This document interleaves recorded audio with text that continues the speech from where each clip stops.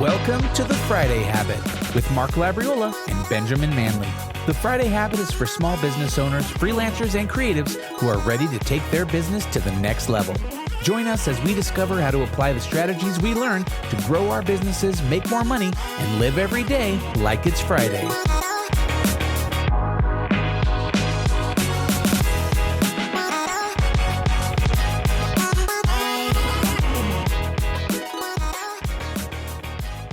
All right, and welcome back to the Friday Habit. Ben, how you doing, buddy? It's going good. You know what's kind of funny is that whole time when you were rolling the intro music, I couldn't hear any of it, so I just see you bobbing your head in silence and just kind of going like this. I'm like, I'm pretty sure he's rolling the intro music, but I can't hear it right now. I know, sorry. So. I was enjoying the party all by myself over on this side of things. No, it's all good. It's all good. Hey, we need to have some like nicknames on the show at some point. Did you ever have a nickname in school or anything like that? Like Marc the something Labriola? Well, okay, so Labs was a big one. Okay. Labs. Yep. Yeah. Labs. I had a buddy who used to call me Uncle Heat. Okay. Uncle Heat. Yeah. Is there a story there? I mean, you know, I'm just hot. What can I say? Did you throw like a fast pitch, or I'm exuding did you a radiating heat off myself? No, okay, I was not a good pitcher. Okay, gotcha. Is it? Yeah. Anyways, so what about you? Did you have any? So in my Boy Scout troop, I don't really know why, but there's so many like there was like so many Joshuas, but then there was somebody named Jonathan, and for some reason they mixed my name with Jonathan, so I was known as Benathan when I was in Boy Scouts. They just called me Benathan. Yeah, so nice. Well, hey, why don't you introduce our guest to our audience today, and then we can ask him if he had any awesome names. Let's do it. I'm excited. So Youngsoo left a successful career in cryptocurrency software engineering to found his first 8-figure e-commerce business, Urban EDC, which, by the way, I looked at. You should definitely check it out, Urban EDC. Really, really beautiful stuff there.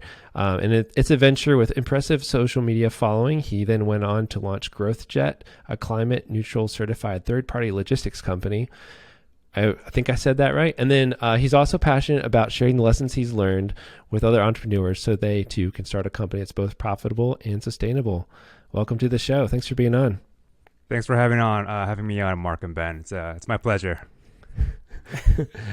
Oh, now I can hear that. I can hear the cheering okay, now. nice. It's coming through. Yeah. Nice. So any nicknames? For myself or for you guys? Yeah. For myself? Well, look, we're already so close. Like, you've already made up some nicknames for us. Like, no, yeah, we're just wondering if you had any nicknames growing up. A lot of my friends called me either Young or Sue because the two syllables, I guess, is just one syllable too many. So, yeah, that's too much.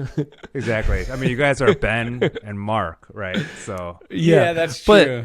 But for some reason, my friends extended mine to 3 syllables. Ben, that's true. I'm like, what's up with that? Yeah, it's harder I got to the say. Uncle Heat. That's Uncle Heat. That's true. That's 3 syllables.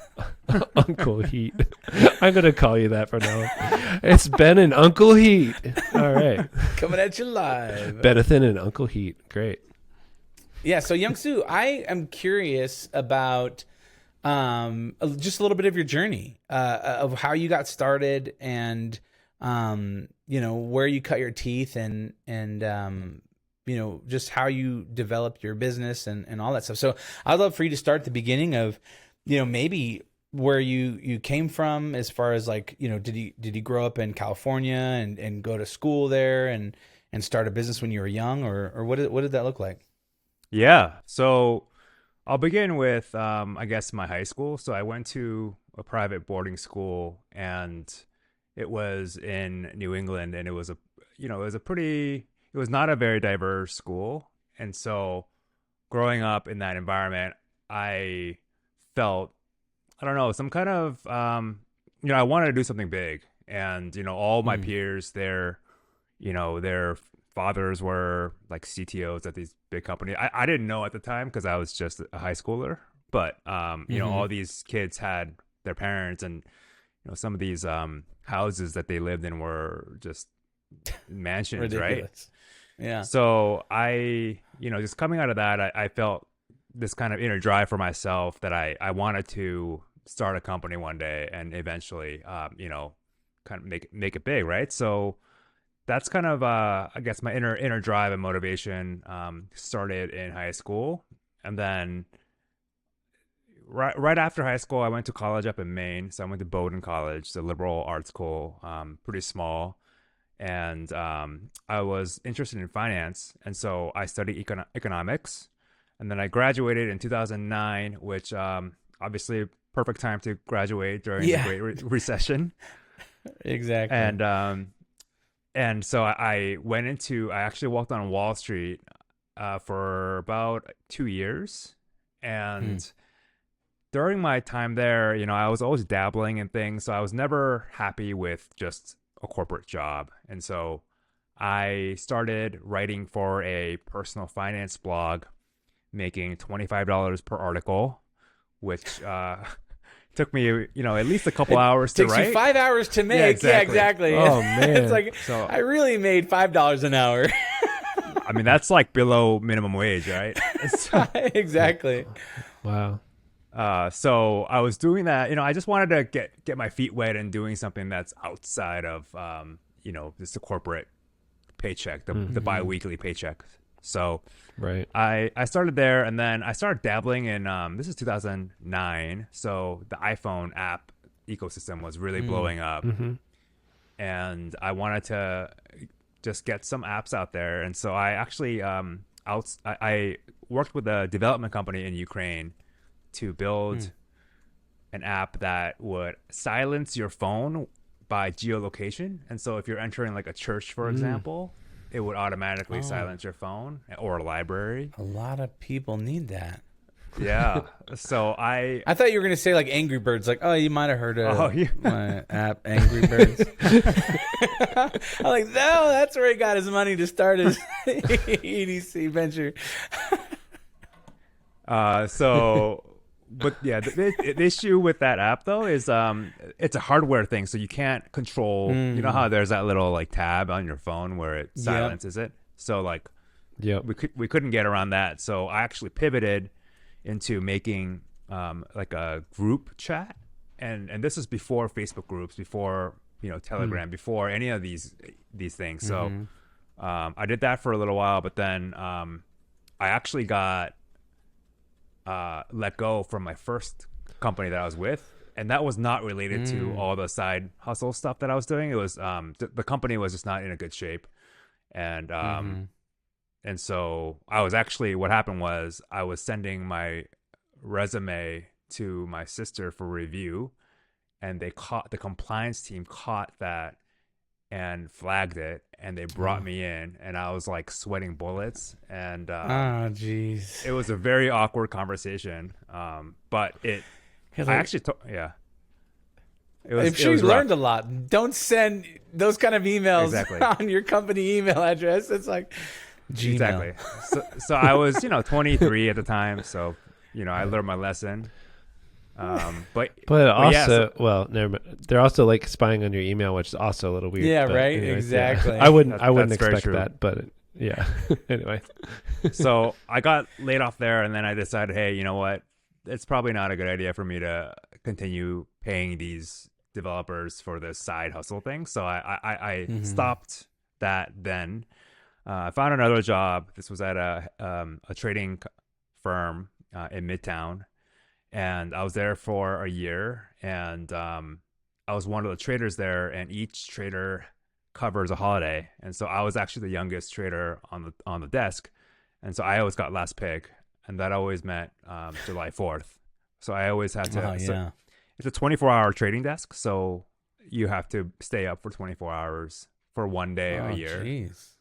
And it was really interesting because I actually tried to get some sleep. I brought an Aero mattress there and just took 15-minute naps here and there, but it was not very. I didn't get much sleep. To health and mindset.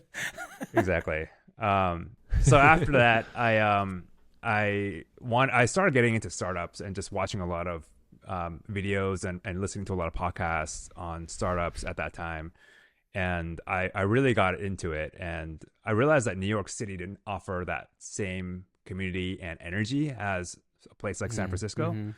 And so I really, I wanted to immerse myself at the heart of Silicon Valley. And so I moved to the Bay Area in 2011, at the end of 2011. It's actually September 13th, 2011. I remember that because I was crashing with a friend up in Berkeley, and I pulled up the email that he sent me about how to get to his location. And this is like a week ago that I pulled up this email, and it was just like crazy to like revisit that moment for me.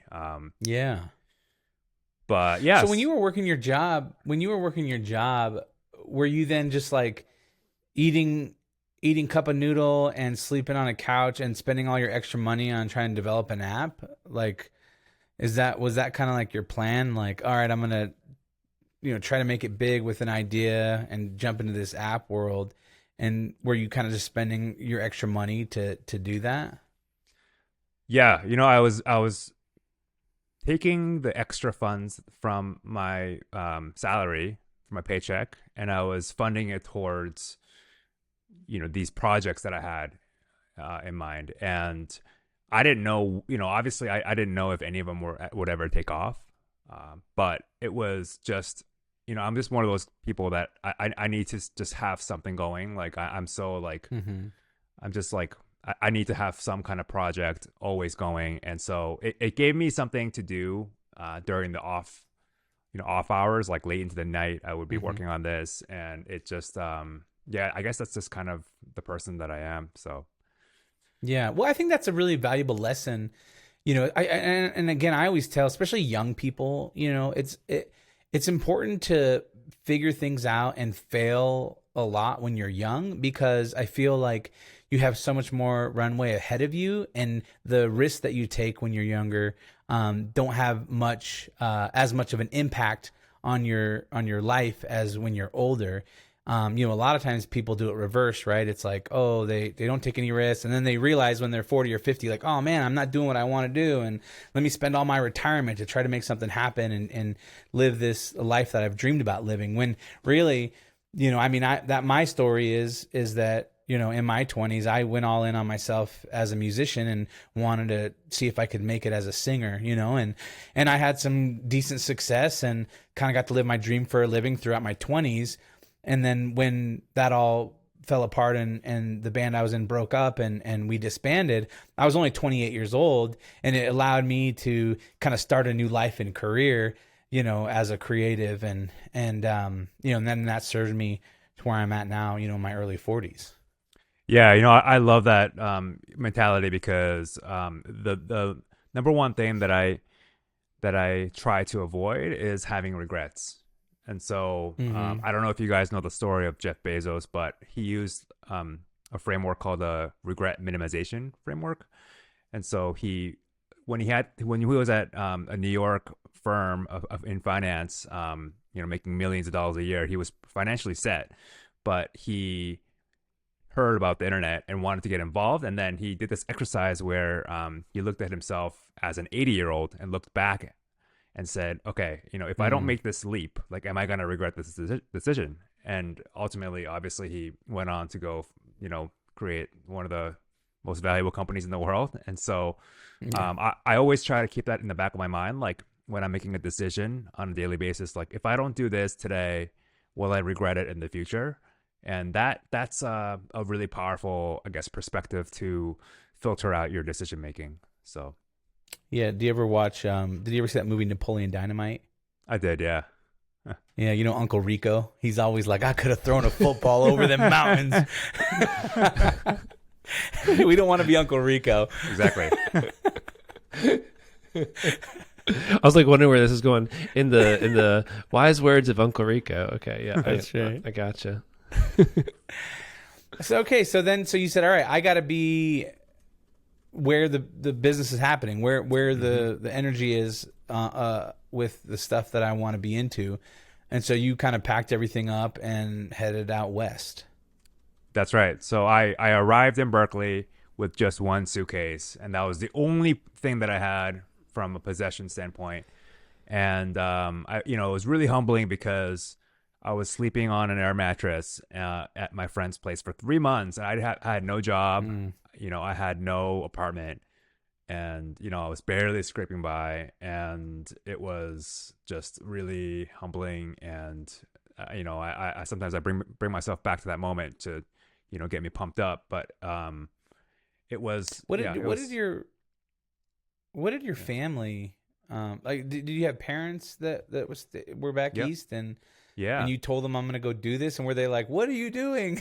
They actually, yeah, they told me I was crazy. And this is during the Great Recession, and I had a finance job, and so they were like, you should just be thankful and just appreciate what you have versus like taking this huge risk. I mean, you never know what's going to happen. And it was a one-way ticket, so it's not like I had plans to go back to New York. So yeah, I mean, I guess in a way that I went counter to my parents' advice, but it was one of the best decisions that I've made, and it kind of changed the entire trajectory of my career. So. So you're living on your friend's couch, 3 months, no job, just scraping by. Yeah. What happened? What changed? Yeah. So I finally joined a startup that it was in San Francisco, and it's a great experience. I was there for 2 years, and then the company, it's all these Silicon Valley startups are funded by VC money, and so when that dried up, the team got consolidated, and I was one of those. So I was actually let go again 2 years after I joined that position. So here I was again, without a job. And so at that point, a guy can't get a break. At that point, I decided to do this crazy like coding boot camp. It was 13 weeks, and it's from 8 a.m. till like 9 p.m. and Monday through Saturday, right? And so I had no life for 3 months. But by the end of it, I was like, I was like sleeping in JavaScript. Like, it was just like, I could just like code in my sleep. Right. And so I interviewed at a company for an engineering position, and they were they literally just cut me off from the interview because they were like, all right, this guy is not a good fit. Like, just like, escort him out the building because like we're not interested. So basically I didn't even make it through the entire interview. Wow. Yeah. Oh no. It's rough, right? So after that I went back to the coding boot camp. They have like this like like career person that helps you get jobs after the program, and I told him, he's like, hey, don't worry, it's just one interview, just prepare for the next one. And that was in 2 days. And so I calmed myself down, and I had the interview, and that was with a cryptocurrency company called Ripple. And I was really fortunate that they really liked my finance background because they were trying to build a trading platform themselves. And so it was perfect because I had the experience of all of these trading platforms, and then I had just, done this crazy boot camp for engineering. So it was like a match made in heaven. So they took me in. I was there for about a year and a half. Really, really great experience. Some of the smartest people that I know. And yeah, I mean, that's kind of like where I was for a year and a half. And then all the regulation stuff started happening with cryptocurrencies around 2015, at the end of 2015. And at that point, like, our team was just humming along, and we were finally making progress. We were we're working with a remittance company in Mexico to move funds around on the blockchain. And this is like the first time in the history of this company that we were doing that. And then they told us, hey, hold up. We need to make sure our compliance is good. Like, just like, stop what you're doing. And then at that point, I always like to keep moving. And I don't know if you see a pattern, but I need to see progress, right? And so I just couldn't stand just not doing anything. And so I decided at that point to leave and start my own company. And this is at the end of 2015.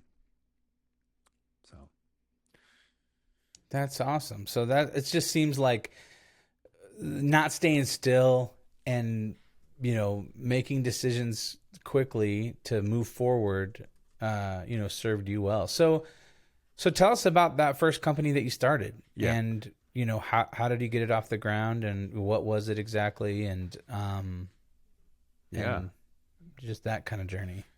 Absolutely. So after, being a blockchain engineer at, one of the hottest Silicon Valley companies, I went from that to, selling knives online. So a lot of my friends, engineering friends, thought I was crazy because I could literally, it was like, during this time it was just starting to boom and I could find a job, making pretty good money. Anywhere. Yeah.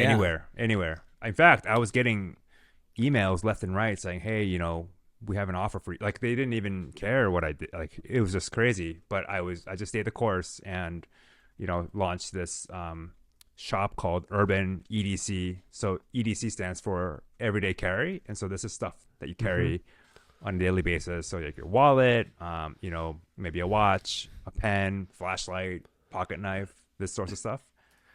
All right. What's your EDC? What do you got? I got a little knife that I'm carrying with me right now, and okay, yeah, I got my Benchmade here. Oh, nice. So this this guy here. Nice. Ben, where you at? Got my CRKT. Oh, CRKT. Yeah. So that designer Jesper, he actually works with us. Like, we have a couple of designers. Oh, really? Yeah, he's a good That's guy. awesome. Very cool. Yeah. Very cool. That's awesome. I have a question. What was EDC something that you were kind of into? Because Ben and I, we love the different little trinkets and things that help you, do something productively or quickly, or having something on you. I've got in my wallet here, I've got a pen that goes right in there that I can pull out and like write with at any moment. I carry. A keychain that has like some screwdriver, on it. Like, there's just, I'm always into the newest little kind of trinket and whatnot that I can kind of carry on me.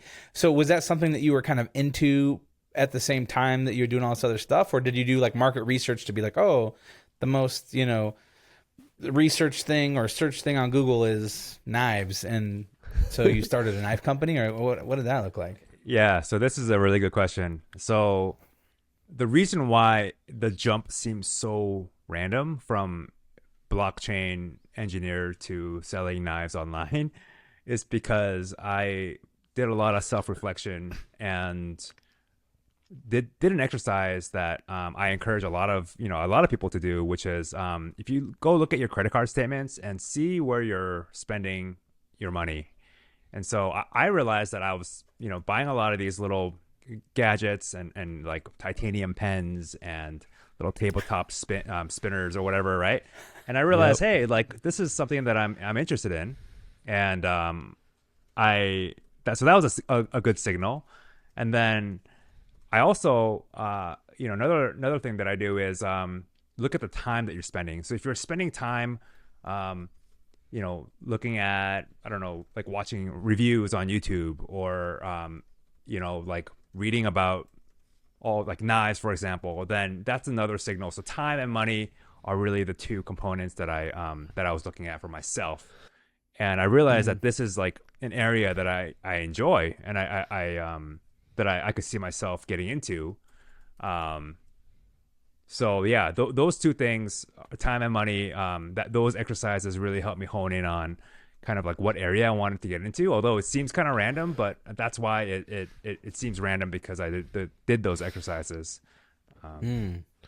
Yeah, that's really good. So it's kind of like it's a revealing way to find out what are you personally interested and passionate about. And then you're like, hey, I'm personally interested and passionate about this, so it will make it more likely for me to be successful because I'll be interested in it. Is that kind of the next leap, is like, hey, not only is this something I enjoy, but if I enjoy it, it'll help me actually, make more money based on that?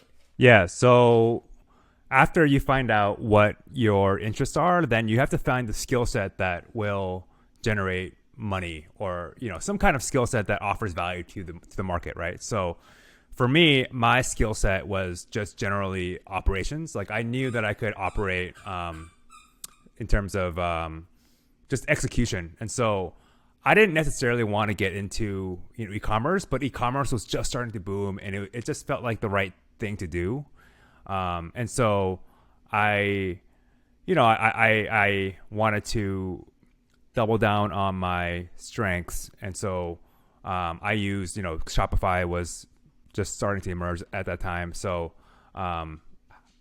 knowing that, I used Shopify, launched it, and what's funny is the first time I launched the shop, I validated the store concept by buying things off of Amazon and reselling it with no profit. That's a smart idea. So this was interesting because I didn't want to spend a ton of money on buying inventory right off the bat. So, I wasn't making anything. Obviously, I was just reselling them at that same price, but it just gave me a little bit of validation that, hey, there's something here. I could build from this rather than just, buying something like, tens of thousands of dollars worth of inventory that nobody might want. And that allowed me to, at least work from there instead of from, just investing a ton in the beginning and then having a surprise like, hey, no one wants it type of outcome. So, yeah. Now I got a box of 1,000 knives in my garage that I can't sell. Exactly. No, that's really. I mean, that's a really good idea. So, how did you find some of your first customers? Did you run ads? Did you do SEO? Did you, put it on Amazon Marketplace? Like, what were some of the ways you found some of those first customers?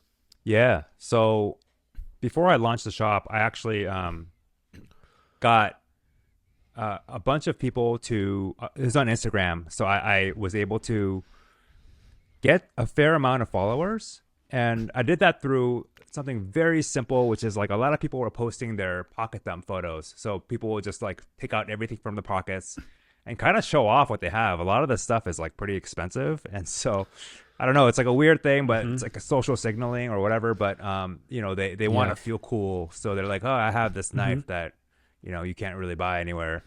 So that's so what I did was I reposted these guys' photos, and these are people from the community, right? So when I repost them, they see it, and then I give them credit, of course, and they are very thankful for the reshare, and then they might follow or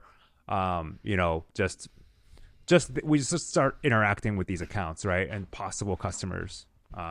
And so I was able to build up this account up to 10,000 followers. And from then, I had a little landing page for collecting emails. And so I would collect emails that way too. But yeah, it was I think it's really starting with the audience first and seeing what they like and trying to build a little bit of, audience before you launch is really important, especially for feedback. Like, you never know what they like until you actually go out there and do it. So that's kind of how I started building my audience first. But I mean, things have changed so much since then. And so I'm almost willing to bet that, those first few people, they're not going to be the same customers that we have now. Right. But I think it's a very valid point, because I think what happens a lot of times is people have a good idea or what they think is a good idea, and they're really excited and they're like, oh man, this is going to be huge. People are going to love this, And it's like, well, are you actually asking the marketplace if that's something that they want or like, or you think into a particular space, like, oh, I bet every chef would really want this type of, spatula or knife or something like that. And you get excited about this whole, but you never went out and actually asked chefs, if they would really want it or not. It's just in your own mind, and what you think, would be beneficial or good for that community may actually be different than what's beneficial and useful for that community. So I think it's important that you kind of validate some of your ideas, through testing some of the markets in a very simple way. And I think that takes a lot of patience, right? Because we want feedback and we want growth fast and now and quick, but a lot of times you have to put in this work in order to get those good results, down the road later on. Yeah, that totally. I think it's a balancing act of like, you have your ego, and so you're really proud of like, this idea is gonna work, or like this thing that I made. I know it's going to do well, and you're so proud of it. But then when you go out there in the marketplace and no one wants it, then that's like reality. Like, oh, like crap. Like, I'm so proud of what I built, but no one wants it. So what do I do now, right? So I think it's like there's like a gut intuition portion of it where, yeah, you should be proud of what you have and what you built, but then you got to be realistic with the marketplace. And if they don't want it, then there is no business. Somebody has to buy your stuff, right? So it's a little bit of like a humbling and kind of letting your ego aside and let the market speak for itself. Right. Yeah. And I really like that you also kind of built relationships by going out there and, adding value to other people by resharing what they were doing. I mean, added value to you too, but you were showing interest in them first rather than just being like, direct messaging, hey, check out my new website. I'm selling knives. And they're like, okay, sure. Like you kind of soft, like, hey, build a little relationship with them. Eventually, they'll probably be interested in you too as you keep resharing their stuff. So I just feel like that's a really classy way to do it. That is also, it's just a good way to build a network. Yeah, I think you got to give value first, especially when you don't have a reputation. They got to trust you, right? I mean, honestly, business is all about trust. And if you can't build trust with your customers, then you have no business. So trust is everything. So how are you funding this stuff? I mean, did you save up a lot of money, like when you were at the crypto place, and then you could take like time off? Like, how come you didn't have to have a job? You live in an expensive city, like. Yeah. So I had savings from that crypto job, and I went right into it. You were paid all in Ripple? At one point, I was paid in XRP. Yeah. So I had some savings that I could live off of. But what's funny is a lot of people say, don't quit your day job. Do build something on the side for a while and then quit. And I guess in a way I did that, in New York, right, with my iPhone app and whatnot.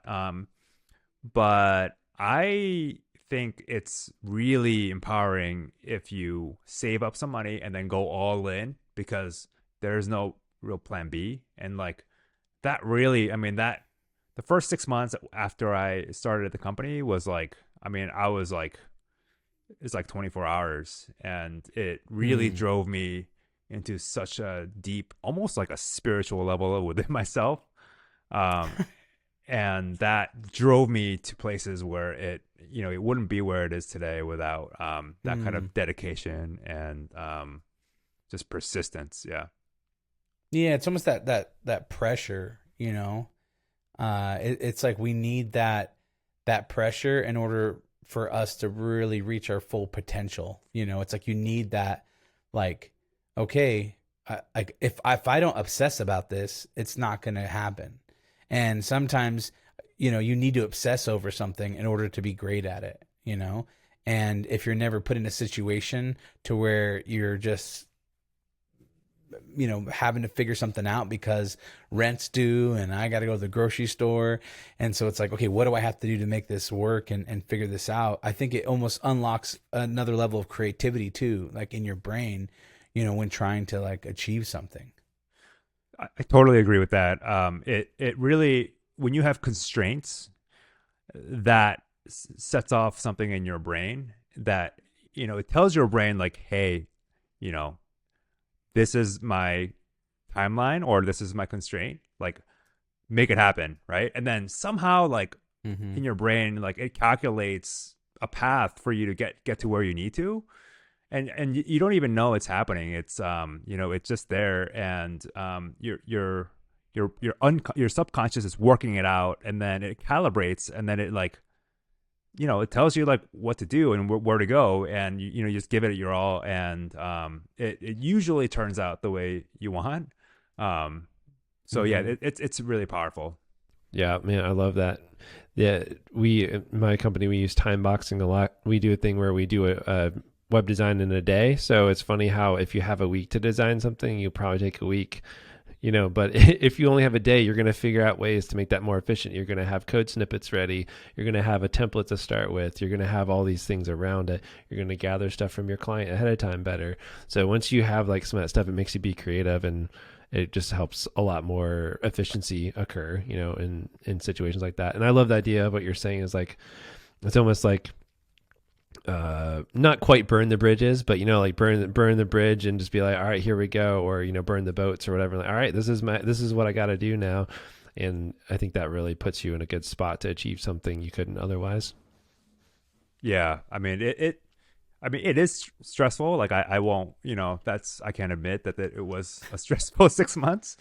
But I feel like you got to be a little uncomfortable, to achieve big things. And if you're comfortable all the time, then you're not gonna get out and do much, right? So you really need to get out of your comfort zone and push yourself. And that's like a thing that I always remind myself, like, if I'm doing this, what makes me uncomfortable, then if it makes me uncomfortable, like, that's a good sign. Like, it's not a bad thing. And so you always want to be improving yourself in some capacity. Like, I have things that I want to improve on right now. And, when there's things that are, I really don't want to do that. But then I ask, is it fear driven? If it's fear driven, then go ahead and do it, because that's not gonna, it's keeping me back. So. That's good. So over that 6 months, you were just kind of grinding and posting on Instagram and following, people and kind of communicating with the community. At what point did, when did you kind of see like, oh, this is going to work? Well, it's always a grind, right? So you get feedback. So feedback loops are really important from customers. So each week we have a new drop, which is all the gear that we get from that week. And we always look at what sold, what didn't sell, how can we improve? And then so week by week, we improve just slightly, just catering it towards what our customers want. And so those give you signals. Like early days, the signals are very small and they may be completely off in the beginning, like, selling things from Amazon.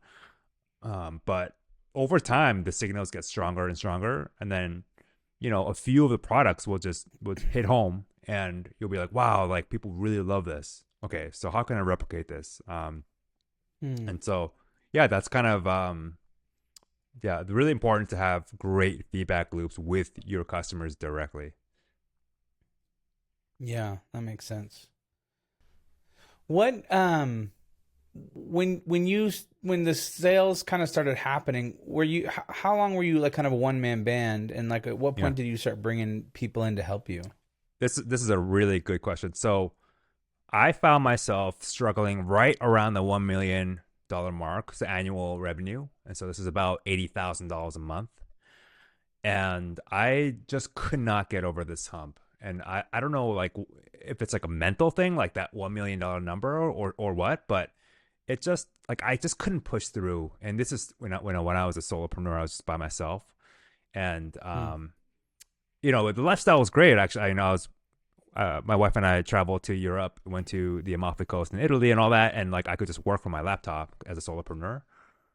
But yeah, you're making good money, right? It's like, it's good enough to pay your bills and have some enjoyable times in life, and not too much stress. Exactly. Just enough. Yeah. So, I was doing that for a while, but then I don't know, for me, the lack of growth is, it just was nagging at me. And I don't know if other people are just happy, just kind of like cruising and they're enjoying their solopreneur lifestyle.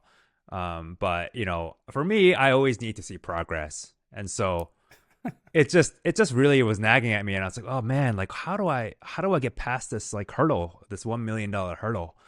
And it finally clicked where it was like, all right, like I need to start hiring and delegating some of these things. Right. So, that's when I started bringing in contractors first for very specific tasks. So this would be, things like product photography. Like I was taking photos for the website and it was so inefficient because literally like I had to wait. I had a 2 hour window between 9 a.m. and 11 a.m. each day where the natural light would hit the coffee table like just right. And then I would take all my photos. And it was just like ridiculous, right? But yeah, so I hired, a product photographer, and he's so much better at it than I am. And he's so much faster. And so, that's a very specific thing that I offloaded. And then slowly, one by one, I offloaded more and more things, and we started hiring full-time employees. And it just kind of grew from there. But I think the important thing is that I've learned is to really grow a business. I actually have this use this framework called the I, we, they framework. And so when you first start out, you're the one doing everything. It's like your baby, right? But then eventually you get people on board, and you're kind of like peers in a way, where you're doing everything together to figure out the processes and systems so that they can also do it alongside with you. And then the last one, they just run with it, and you're, I guess, managing the process, but you don't have to be involved in the day-to-day activity of that specific task. And so kind of utilizing that framework, you're able to level up and make use of your time in more effective ways, where your time is so valuable. But if you're doing something like I don't know, like answering customer support emails yourself, I mean, those are important in the very beginning, don't get me wrong, but you can't just live in your inbox and grow a business, right? So so I think hiring very strategically over time is really important for growing. Yeah, that makes a lot of sense to me. I'd never heard the I, we, they framework. That's a great thing to think about as you're training new people and handing stuff off to them. What are some of the hurdles that you started to have to overcome once you started hiring people? In the very beginning, did you just hire friends and family members, or did you like put a post out on Craigslist or Facebook and try to get people to apply, or what was that like? Yeah, so I just put up a posting on the website of Urban EDC, and we essentially sourced from our own community of enthusiasts and customers. And you'd be surprised how many people are, they want to help, and there's a lot of them are very qualified too. And we really wanted to come from this as like a passion, like make sure first of all, you got to know your gear, like all this gear terminology, like you really have to know your stuff, and then you got to be passionate about what you're doing. And so, we sourced our first hires from the community. And then as we grew and needed very specific areas, like, let's say like, marketing or whatever, right? It's something very like tactical and strategic. Then we can get agencies or just hire someone who's only doing that. And so that way, because it's so specialized, I feel like it's better to get a specialist for that versus sourcing from our community. But generally for, for kind of the more of the cultural thing, like customer support, even, I feel like you got to understand the lingo, you got to understand the culture of the community to really empathize with customers and be able to speak their language. And that's really important. So how large was the team at its peak? So right now the team's about, so for Urban EDC, team is about 10.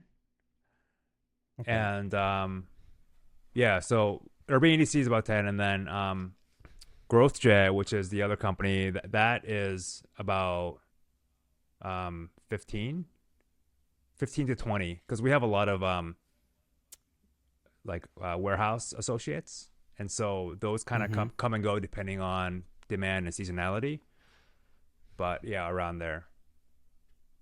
And so you kind of like CEO of both those companies, and then did you have to hire somebody to kind of be like right below you to kind of manage both those companies, but then you're still involved? Like, what does that look like? Yeah. So it's really important to have a great kind of like a general manager. So I have a general manager now for Urban EDC, and for GrowthJet, we have somebody that is eventually going to be GM, but he's relatively new, so he's still getting up and running. But yeah, he's pretty strong. So we are, yeah, that's kind of how we're thinking about this: is have a very strong GM who oversees the operations and kind of runs each side of the business. And I have a P&L that I run each month, and so everybody can see what the P&L is, and so the GM knows exactly what they need to do to cut costs or increase revenue or whatever. And so it's a very transparent organization in that respect.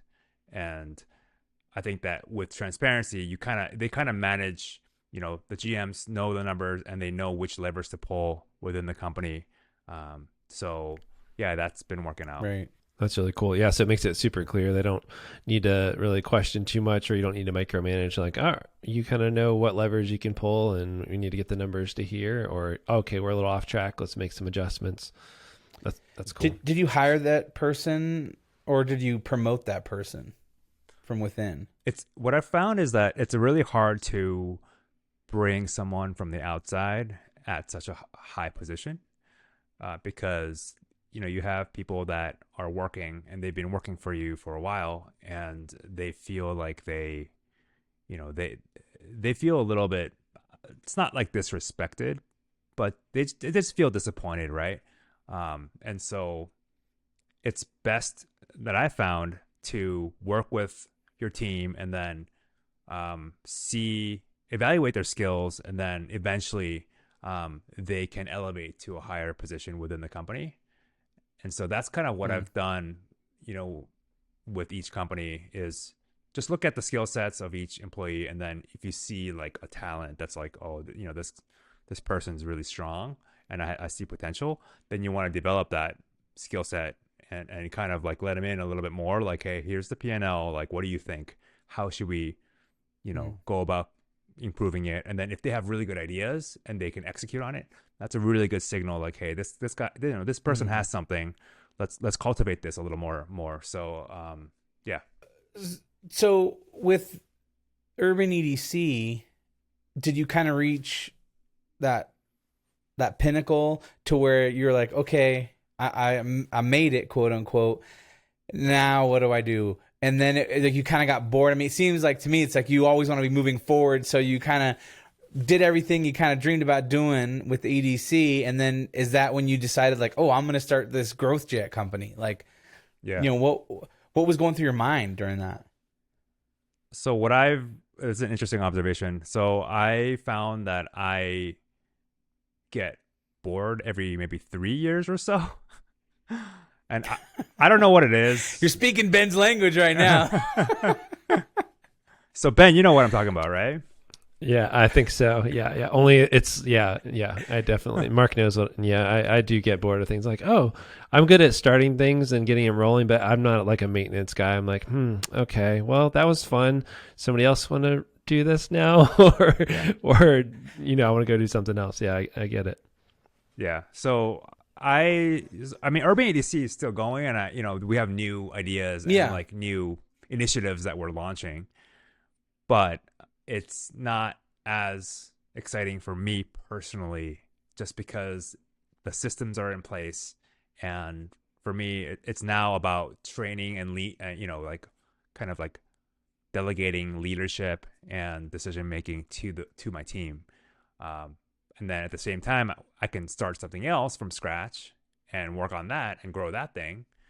And then eventually, the I, we, they framework, I can get other people to join and then do the same thing there. And so I just found that I guess that part is really exciting for me, is just the early phases and getting to a point where the systems are in place, and then I can start mentoring other entrepreneurs essentially to elevate into the company leadership. So yeah, that's kind of it's like a cycle. Every 3 years I go through this weird phase where I'm like, all right, it's time, it's time. So yeah.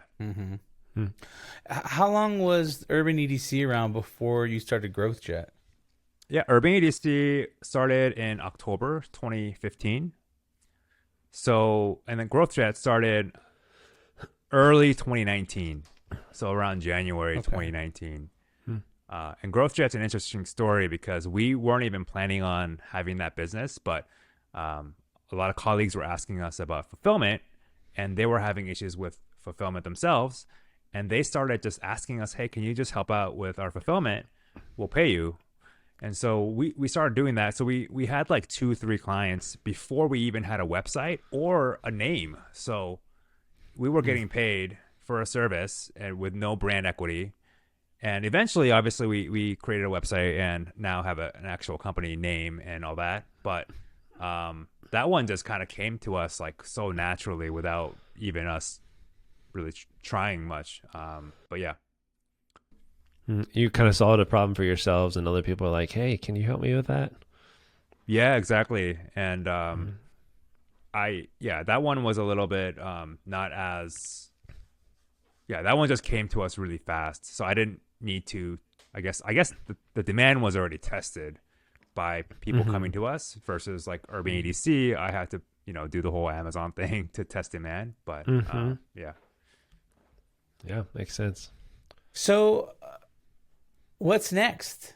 What's next? I mean, what do you see as like, have you learned a lot about yourself in, these past several years to, kind of know like how to, I would say almost like have bumpers in your life, to kind of keep you going straight and not going off the rails. You're married. Do you have any kids? No kids yet. Okay. Yeah. And so, you have a family that you're looking out for and whatnot. So, how do you stay motivated and, what gets you up every day? Yeah. So I started a new podcast. It's called First Class Founders. And this is right around 3 years after GrowthJet. Now I'm kind of shifting my focus to empowering and working with other entrepreneurs. And I've seen a lot of things. I've made a lot of mistakes myself doing all this. And I just feel like I can help. If I just help like one other person out there, then, I would be really happy with that. And so I created this podcast as a learning tool for anyone else who either wants to start a business or they already have one, but they're having, they're not growing, or, they're having issues with, whatever it is, right? Like they don't know how to hire properly or whatever. So I created this podcast for entrepreneurs who are just, ambitious and wanting to grow. So that's the next phase of, I guess, my journey is education for others and hopefully like help them out in some capacity in the future. That's awesome. Check it out. Yeah. firstclassfounders.com. Looks great. I'll check this out. Awesome. Yeah. Thanks, Ben. I appreciate that. Yeah. Well, this has been, I've really enjoyed this conversation.